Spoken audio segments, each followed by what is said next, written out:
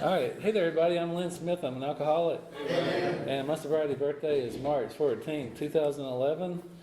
And my home group is the Primary Purpose Group in Wilson, North Carolina. And we meet Monday and Thursday nights from 7 p.m. to 8 p.m. Monday nights are our closed meetings where we're in the literature. And then Thursday night are our open speaker meetings. And they're actually having one, or theirs already started as well. Hopefully their speaker wasn't late.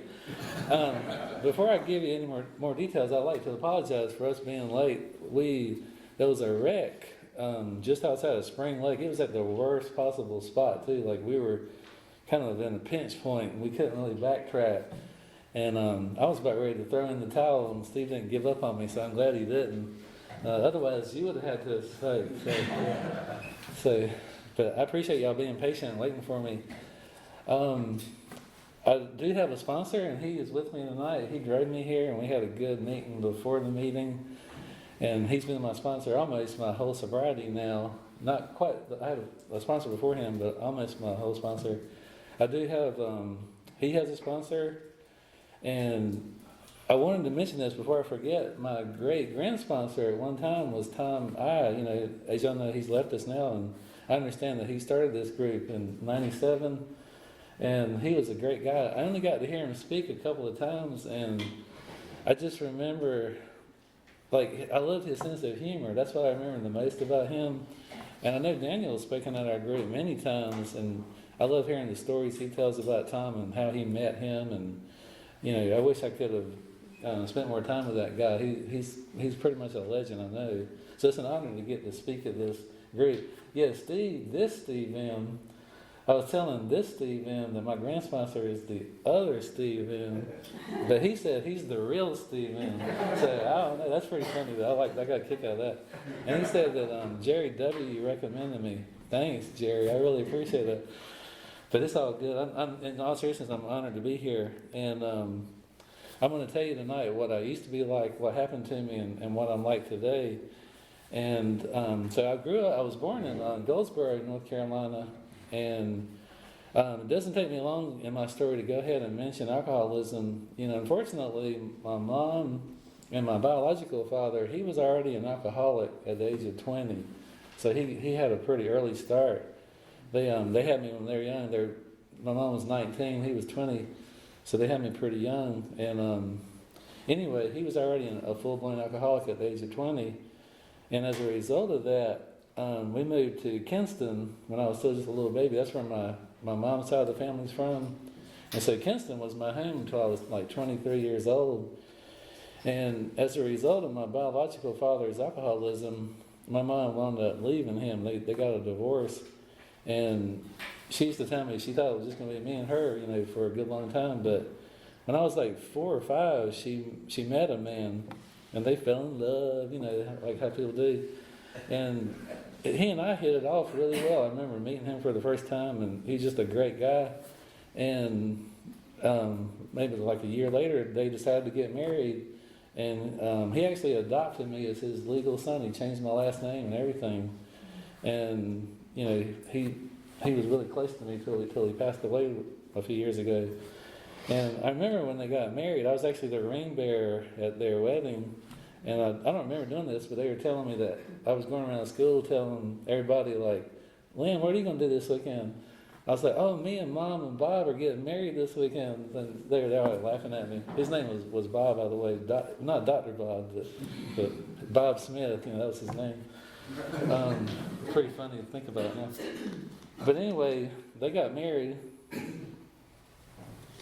And we became a family, and that was really awesome. And then when I was 8 years old, they had a son, my younger brother, and it was really just the four of us for that was it. It was just the four of us for a long time. They were not drinkers. I was not raised like in an alcoholic household or anything like that. As far as speaking about spirituality real quick, we were raised in a Christian household there, but my parents weren't like strict about it or anything. You know, we went to church regularly and that kind of stuff. But looking back on it now, I didn't have any kind of personal relationship with God. You know, I don't even know if I knew that was possible. You know, for whatever reason, I guess my antenna wasn't up for it, but I didn't have a problem with God. In my young age, I was fine with it all. I didn't have my first drink till I was 15, so that was a little late for some of us alcoholics. And it was, I'm going to date myself a little bit. I was 15, I think it was 1983, and wine coolers were pretty popular then. So I'm pretty sure my first drink was a wine cooler or two. That was just what was popular then. And I didn't feel the magic from those two drinks or whatever. I remember it did make me, I felt like I fit in a little more. I was at a party. And kind of backtracking just a second, as a child, I know a lot of people kind of say what they felt when they were younger. I know Steve M, the other Steve M, and he talks about if he had to describe alcoholism in one word, it would be fear. And I just know growing up, I don't know if I necessarily felt a lot of general fear, but I did feel less than a lot of times, and I felt very self-conscious most of the time. Like I felt like people were always looking at me and I was never good enough. I do remember that feeling would kind of follow me around for a long time. So, like I said, I had my first drink when I was 15. When I turned 18, I was sort of floundering about what I wanted to do for a career. I knew I wanted to go to college, but I just could not make my mind up. So I just went to the community college there in Kinston, and I think this is when some unmanageability started showing up in my life, because I always joked it took me 5 years to basically get a 2-year degree, because I kept changing my mind and what I wanted to do with my life, and just not focused at all. I think I thought of college as like the 13th grade, basically. I just wasn't prepared for it. And my poor dad, he was trying so hard to give me some direction, and I thought I wanted to be a psychologist, I thought that's what I wanted to do. But my dad was more of a math and science guy, so he gently, i.e., kicked me in the butt towards that side, and so he kind of pushed me towards the engineering side of things, and that's fine. But we finally got a clear direction for me, and when I got done at the community college, I was going to transfer to UNC Charlotte into their engineering program. I could be a junior and kind of make up for some lost time, and that's what I did. I had a pretty major event happen in my life before I got to college. My dad, unfortunately, had a major stroke in December of 1990. And it was one of those strokes that really left his whole left side paralyzed. And that would become my first resentment against God. For some reason, I blamed that on God. I didn't blame it on the fact that my dad smoked 2 packs of Pall Mall cigarettes every day. I didn't blame it on the fact that he had a history of hypertension in his family. For some reason, I just made it all God's fault. And I just remember that. I remember by that point, for what little college I had gotten a taste of the philosophy classes and all that kind of stuff, and I bought into the whole philosophy of self-sufficiency. I just felt like I didn't need any outside thing helping me, and I don't know, couple that with that resentment against God, and I was pretty much done with any kind of spirituality for a pretty long time. But anyway, I transferred off to college. And this is where the magic happened for me for alcohol. I just remember going to school there, and I was extremely uptight.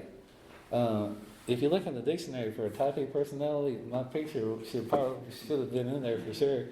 I just remember being really uptight at school, and one night my friends, I was having to share living spaces with other human beings. This was a new concept to me.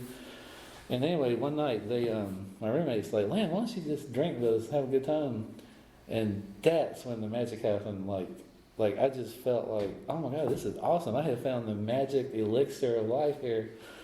And beer was my drink of choice, and pretty much was my drink of choice the whole time. And it kind of happened innocently. See, I was a very happy drinker. I was not a Jekyll and a Hyde drinker. It was what you see now, but times 1.5. That was pretty much me as a drinker. And so they licensed me, they give me more drinks. Lin's funny when he drinks, let's give him more.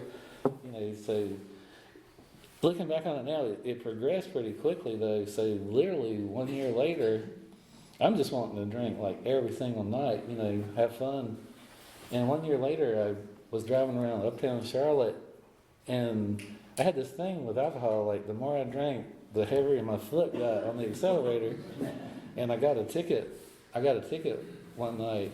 I got pulled over and I blew, and so they took me in. That was literally the first ticket I ever had. I was 24 then, and that was literally the first ticket I ever had in my whole life. It was a DWI. I mean, that's crazy. And what had happened was then, so that really scared me. To me, that was an extreme situation. And I said to myself, I really need to stay away from alcohol. Like, this is not really a good idea. And I lasted 3 weeks, before I knew now I was feeling what we talk about in our literature. I was restless, irritable, and discontent. Like, I just felt very restless and lost without it. And so, like I said, I made it for about 3 weeks until I finally had that drink again, and I just felt like myself again. So I think, for me, the fuse was lit then. No, like I said, I was about 24 then. I quit drinking when I was 43, so my drinking career pretty much lasted even 20 years. Anyway, I was able to graduate from college. I got my degree. I was in a very toxic relationship when I was there. I just kind of remember feeling really beat down when I left there. I just kind of just graduated, and I should have been like really happy, and the world's in front of me, but I just felt very beat down and kind of carrying some progressive alcoholism with me. But anyway, what happened after that was I got out of college, and when I got employed and I started making some money, pretty much my pattern would be like work my 8 to 5 job, and then go to the store at night and get my at the time it was just a 6-pack of my favorite beer, whatever that was, and go home and drink it, and then repeat that really every day. But y'all kind of know where this is going. After a while, the 6-pack wasn't enough, and I had to start getting 12 packs. And so, okay, and over a period of time, my alcoholism was very slow. Over a period of time, I had to get I may as well get 18 packs. That's fine. And over time, y'all know where this is going to eventually turn into a case of beer. It was like very much a slow build. That would kind of describe my alcoholism, for the 20 years. When I was in my late 20s, I was living in Greenville, North Carolina, and I met a girl there, and we decided we moved in together, and she loved me and vice versa. But so this is the first I'm getting warnings from people. Like, she would say, Lynn, I'm concerned about your drinking. You drink a lot. And I was like, oh no, it's fine, it's fine. But y'all know how we are. We just always try to talk our way out of it. Well, one day I came home from work, and I don't know if anybody had a favorite spot in the refrigerator, but my favorite spot was on the top, on the left. That was my spot. Well, one day I come home, and there's an envelope there with my name on it, and there's no beer. It's like, uh-oh, this can't be good. And I unwrapped the envelope, and it's a handwritten letter from her to me, and it's 7 pages long. And it's not a mean letter at all. It's it's saying Lynn, I love you. You're killing yourself. And I need to pause right here for a minute. I forgot to tell y'all a little tidbit. So I mentioned my biological father before, and how he was an alcoholic at the age of 20. And I lost contact with him. He didn't have anything to do with us. I don't really remember much about him. But when I was 21, I came home one day and I walked in, and my parents were sitting there, and my grandmother was sitting there, and they're real somber looking. And they're like, Lynn, we got some news to tell you. Your David was his name, has passed away. And I'm like, okay, what happened? And he committed suicide. He was only 40 years old. I don't know if he was, I'm guessing he was probably, sober. I don't know. But anyway, he took his own life. And I remember a conversation I had with my mom while I was in college. she knew I was drinking and having fun because I wouldn't shut up talking about it. Like, I'm having so much fun, you know. I love me some beer. I was like telling everybody about it. And she said something to me. She was like, Lynn, you need to be careful with alcohol. You remember what happened with David? And I said those prophetic words that what many of us in this room have said. Oh, don't you worry, Mom. That won't ever happen to me. I'm not ever going to drink like he did. So just file that away for a little bit later. So anyway, let's get back to the letter from my significant other at the time.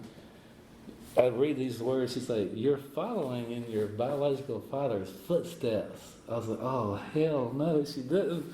Like, so she pulled that card out of her hip. So what do? Instead of reading this letter and being thankful that a woman like loves me enough to worry about me, I indulge in my favorite character defect. I get angry about it. And you know, she comes home later that night, and I give her the silent treatment, which I was good at. And you know, the next day when I cooled off, I turned into a negotiator. I'm like, okay, so let's define how much is too much. So like, can we get a figure and like 6-pack, like 12, you know? And I was kind of whittled it down to something halfway manageable. And y'all know what I did now. I started hiding it after that because it wasn't going to work. Well, anyway, that little ruse didn't go over too long. And I always like to quote one of our AA members in Wilson. She took my inventory long before I took my own. And so that relationship came to an end like in 2004, yeah. So in 2003, like kind of backing up just a couple of months, I went through some pretty major changes in my life. And I'm one of these alcoholics. I don't love a lot of change at one time. Even now, I don't love a whole lot of it at one time. So at that time, I got a new job, moved from Greenville to Raleigh. I'd always wanted to live in Raleigh. I quit my job. I had lived in Greenville for 7 years. That relationship ended. We were together for 7 years. And I got a new job that I had left where I had been for 8 years. And so I did all this at one time. And I remember moving to Raleigh, and I got me a 1-bedroom apartment. And on the one hand, I was so happy. I'm like, it had been my dream to live there for a long time. But on the other hand, it's like, well, I feel like I've lost something good here. And I felt very lonely, you know. But I'm like, let's pretend this is alcohol. But I got my alcohol, so like I'm gonna be fine. Like, and all that did was I just started drinking more then because I didn't have anybody around to police me anymore. So this is where things really started progressing. And I remember that job that I got, the first day I was filling out my paperwork, I just remember being in front of the lady and my hand's doing this. I'm trying to fill out the paperwork and my hand's shaking. And I finally just said, I'm anxious. Can you fill this out for me? And so I think even then I was already starting to have those morning withdrawals and stuff like that. And that was not fun. Well, anyway, so I started that job in 2004, and my alcoholism was progressing. I was there for like 5 years, and towards the end, like I'm starting to take the morning drink now.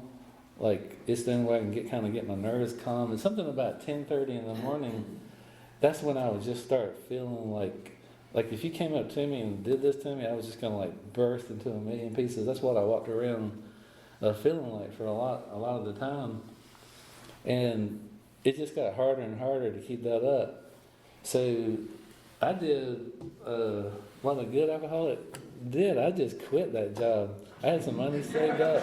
I had some money saved up in the bank. And I need to back up a minute in just a second and tell you a detail about that. But I had some money saved up, and I was like, I just need to quit this job. I didn't even give them a notice or anything. That's not like me at all. I just couldn't do it anymore. And I always joke, I was like, I quit that job so I could go drink full time, which is pretty much what happened.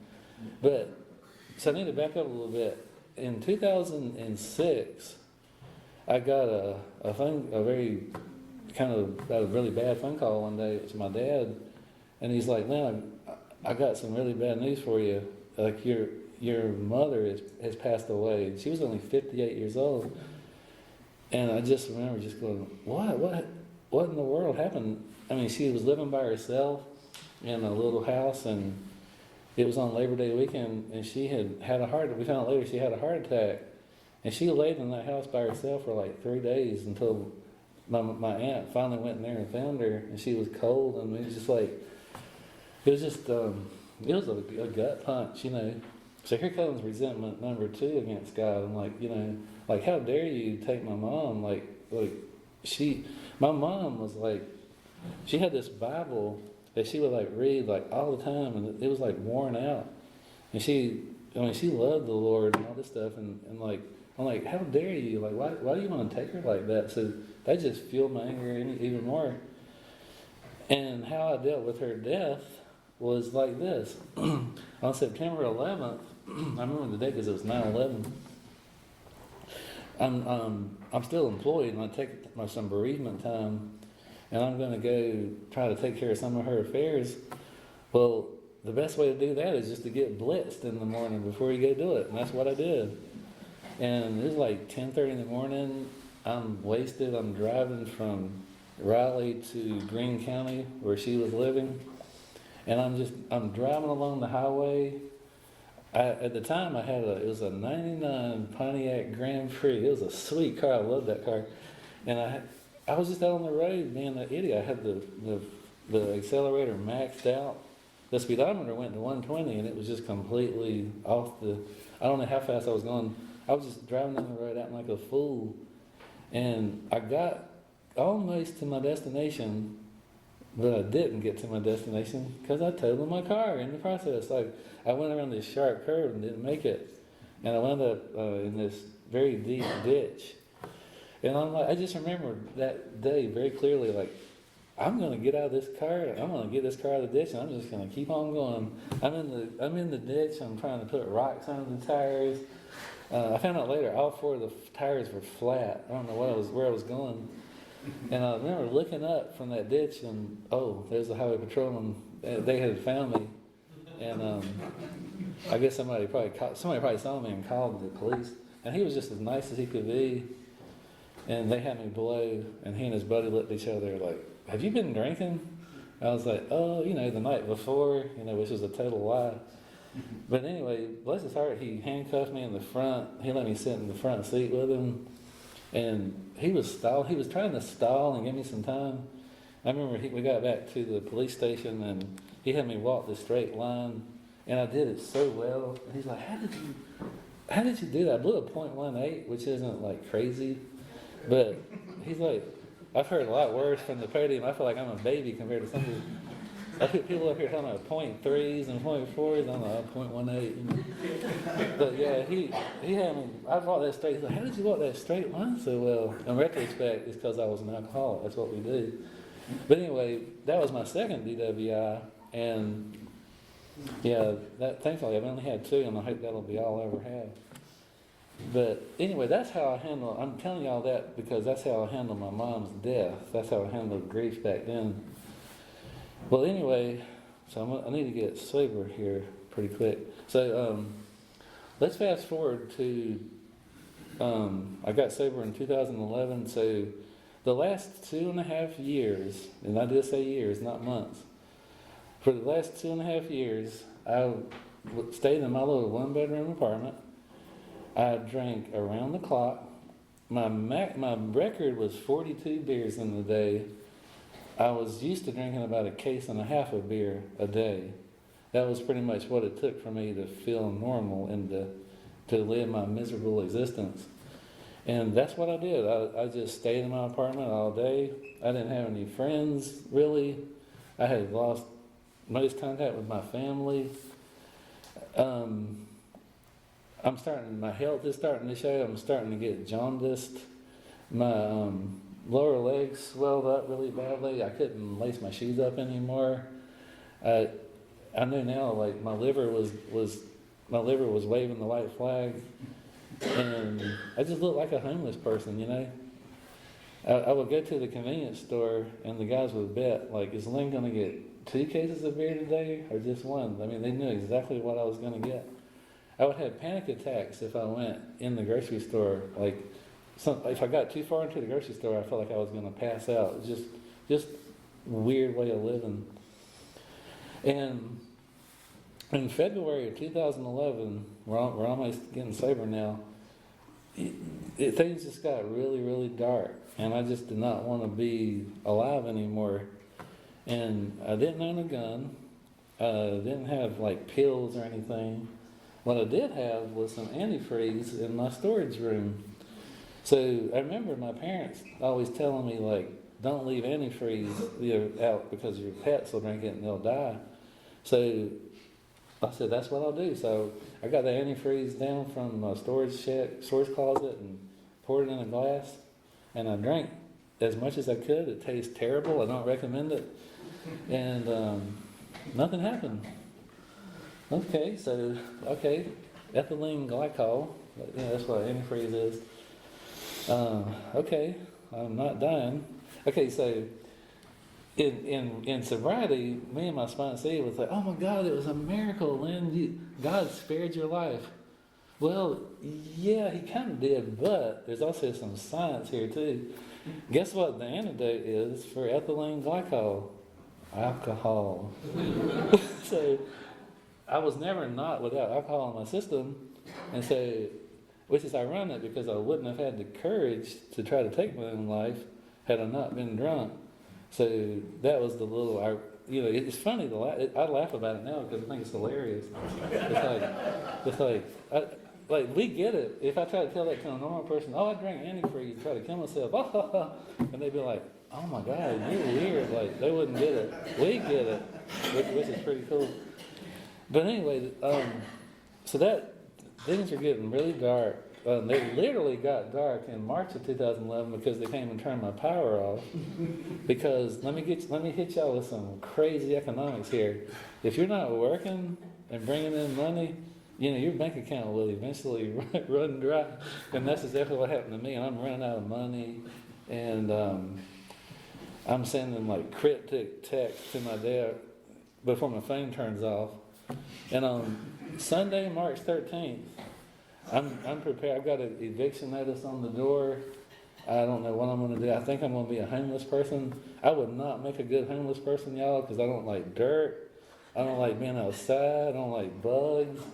I don't like anything. I like to wash my hair. I don't like any of that stuff. So I would not have made a good homeless person. Well, anyway, my poor dad, my angel knight in shining armor, he shows up at my door Sunday, March 13th at 10:30 in the morning. I had a natural light can in my hand. Don't judge me. Natural light was my favorite beer. I know. And I just had that beer. I remember seeing his face, the look on his face, and I just had this moment of clarity. Like, I remember sitting that beer down. I was like, I cannot do this anymore. I cannot live like this. And he had a friend with him. He confessed to me that he thought he was going to come there and find me dead. That's what he thought. Well, he and his friend walk into my apartment, and it hurt so bad to walk at this point, I've given up taking out the trash. So there's beer cans lined up all around the apartment. It looks like a homeless person's already been living there. And they look at me and they're like, you need some help. And I think that morning I took the first half of the first step in my heart. I'm like, I don't care where you guys want to take me, I'm done living like this. And they wanted to get me into rehab. So they wanted to get me in rehab in Greenville at the Walter B. Jennings Center. I don't know if any of y'all have heard of that. So they didn't know how to do that. So they said, let's take him to the hospital in Greenville. And they checked me into the ER, and they did a blood sample on me. And I remember the doctor, Mike remembers this, the doctor came in there, he said, Mr. Smith, like the normal human being has like 150,000 blood platelets, something like that. He said, right now you got about 35,000. That was a fancy way of saying like your liver is not doing well, your body's not doing well. And they admitted me there, and they treated me so good there. They basically detoxed me. I was there for 5 days, and they got me back on my feet, and I'll be forever grateful to that place, because I had no money, no insurance, no nothing. And anyway, I was able to get to rehab after that, so I was able to walk into Walter B already detoxed, which was good. and I was there for 21 days, and that's when I got my first exposure to AA, and I will never ever forget it. It was a speaker meeting.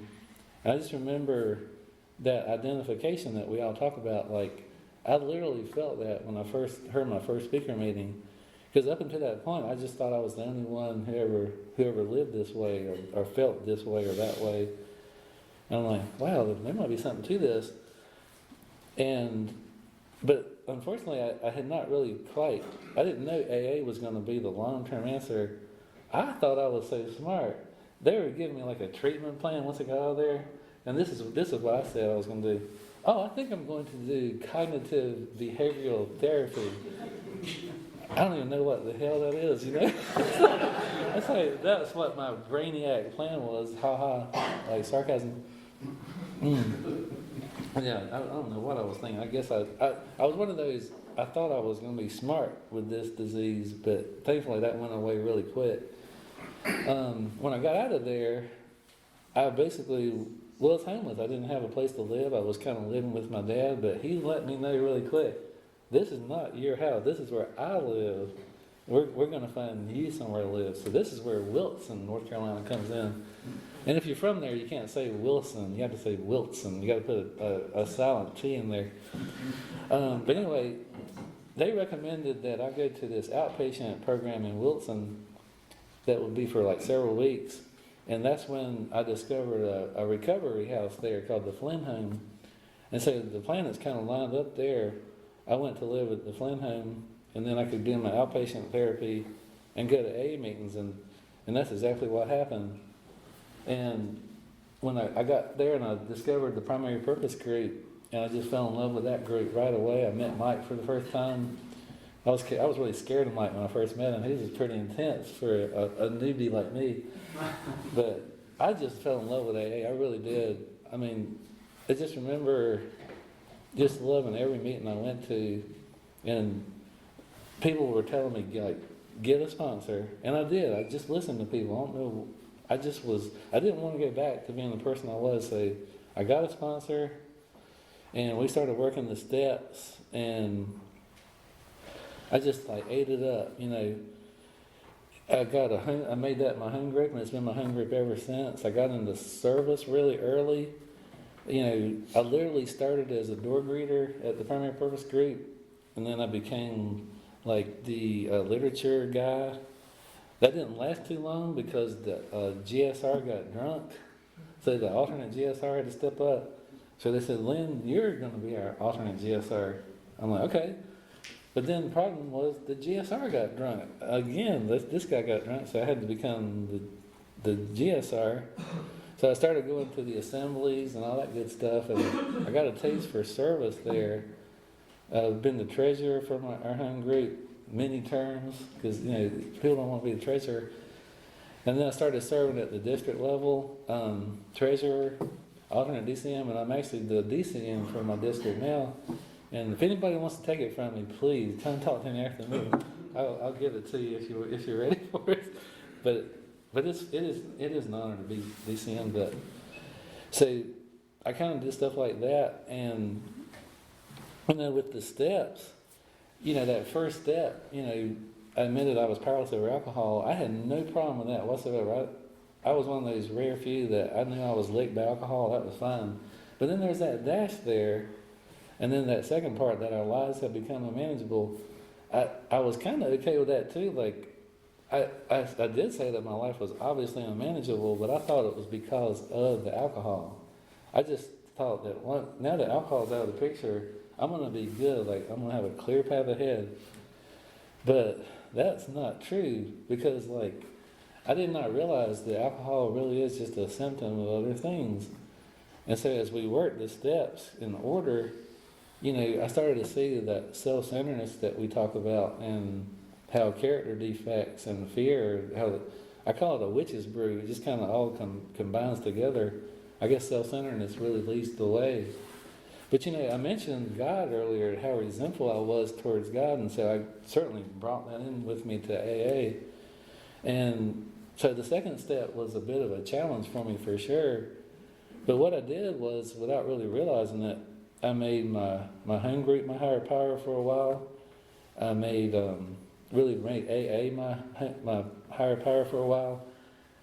I read the We Agnostics chapter probably once a week for like several weeks, and I just fell in love with that chapter. It's my favorite chapter now, and my little heart kind of warmed up to God and like having a higher power, and that those resentments started melting away. And like the third step, that, believe it or not, that was actually the hardest one for me. I'm like, oh my God, you want me to turn? I'm already giving you everything. I got to turn my life over to you, my precious will, which I put. That was like my most prized possession in the whole universe, and so that was a bit of a challenge. But once I got through the fourth step and I started doing that magical fourth column, that's when I really changed as a person. Like I could literally feel it. Like my biological father, I told you about how resentful I was towards him. Well, now I got that fourth column, I'm able to look at him in a whole new way. It's like, I was like, wait a minute, he all I could see was he turned his back on me and my mom, but he obviously was struggling with alcoholism. He probably didn't have access to AA like I did. So I was able to forgive him, I had a resentment against my dad that I've been telling you about. Like, I felt like he pushed me into a career that I really didn't want. And I carried that in with me to AA, and me and Mike had to do a mini fifth step on that one. I literally was sweating, like Mike, what are you doing to him? You got the heat turned up. But he melted that resentment away. And so for me, the fourth and fifth step was hugely, hugely powerful. And that's when, I learned that I have character defects. And this is just my layman's theory. I think that we form a relationship with character defects because they get us what we want. Mine being anger, I always had this theory, like, people pay attention to you if you're yelling at them. People pay attention if you're showing your butt and being a timber. So it's no wonder I probably indulged in that more than I should have. And I learned how poisonous character defects are, and I try not to indulge those today. Like, I joke with my hungry members, like, I've been alcohol free for like 12 years and 3/4. I've been anger free for about 1.5 years now. So that's doing pretty good. I haven't cheated anybody out in 1.5 years. That's doing pretty good. And when I got to the amends, those were great too. I had a little funny one to share with you. So when I was going through my mess there, when I was drinking my money away and drinking every day, I literally just quit paying taxes. I didn't want to be bothered with them anymore. So I was I had about 3 or 4 years I had to make up. So when I got in sobriety, Uncle Sam was one of my amends pretty early on. I got him paid back, and that was a relief for sure. And most of my amends were financial, and I'm happy to say they're all done now, thank the Lord. And one of the amends, I definitely don't want to leave this out. So I mentioned my dad and how close we were. He died about 6 years ago. He had got a lung disease. It was called idiopathic. I can't remember the exact name, but they don't know the cause of it. Basically, but it kind of slowly took him, and I was able to be there for him during that time. And like I was in hospice with him, and I got to actually like talk to him before they had to really sedate him, but I was able to talk to him before he left us, and that was worth a lot. I better not talk about it too much. Well, that was a gift. Like I got to be the son to him in sobriety, because when I was drinking, it wasn't so much what I did to a lot of people in my life; it was what I didn't do, like not being present. And so I'm just thankful today in the family that I do have left. I can be present in their life, and then my brother and I, we have a good relationship, and I just don't want to ever give that up. And then kind of getting to the 10th and 11th and 12th steps, that's where I feel like I did a pretty good job on those first 9, and so I don't want to backslide, so I want to maintain my sobriety now. And one of my mantras, I don't know, probably the last 5 or 6 years is emotional sobriety. you know, I don't want to be one of those alcoholics who walks around like mean to people or, you know, unhappy all the time. I'm happy, joyous, and free today, you know, and I want to stay that way, and I want to have good emotional balance. One of the coolest, like, down in the trenches lessons I've learned is I'm still going to feel emotions. Like, I have no control over that, but I can sure control my reaction to those, and I don't have to be led around by my emotions today, and that's a gift. You know, if something happens that I don't want to happen, I'll still have that tinge in my, you know, y'all know the feeling. It's like, oh, you know, like tonight, it would have been nice if that wreck hadn't happened, but I didn't even get bent out of shape about it. I'm like, you know, like, I mean, I had to speak, darn. You know, but I really did want to speak. I didn't want to shirk my responsibility. But the old me would have been all tore out of the frame, you know. But that's not the person I am today. I'm just so thankful for that. I don't feel exhausted anymore. I feel just at peace in my own skin. And as far as the 11th step, I mean, I pray every morning. That was something I was learning early in sobriety. I get on my knees in the morning before I leave to go out into the world. And I say my prayers and I listen. I mean, sometimes I commute to Raleigh from Wilson to work. And sometimes coming home, I'll just turn the radio off and just listen to the hum of the car and just kind of like, you know, just kind of think about things and just sort of listen. And the 12th step, I'm here tonight. You know, I'm here tonight doing everything despite traffic, you know, that kind of stuff. And I definitely enjoy serving at the district level and the home group level. I love service work and sponsoring people. I don't love sponsoring people. Don't tell Mike that, but you know, he loves it, so he can have all the fun. No. But I do sponsor people when I can and that kind of thing. And I think that's a good stopping point. Thank you for asking me, Steve, and thank y'all for being here and for listening to me. It's been an honor to speak here. It really has. Awesome. Okay.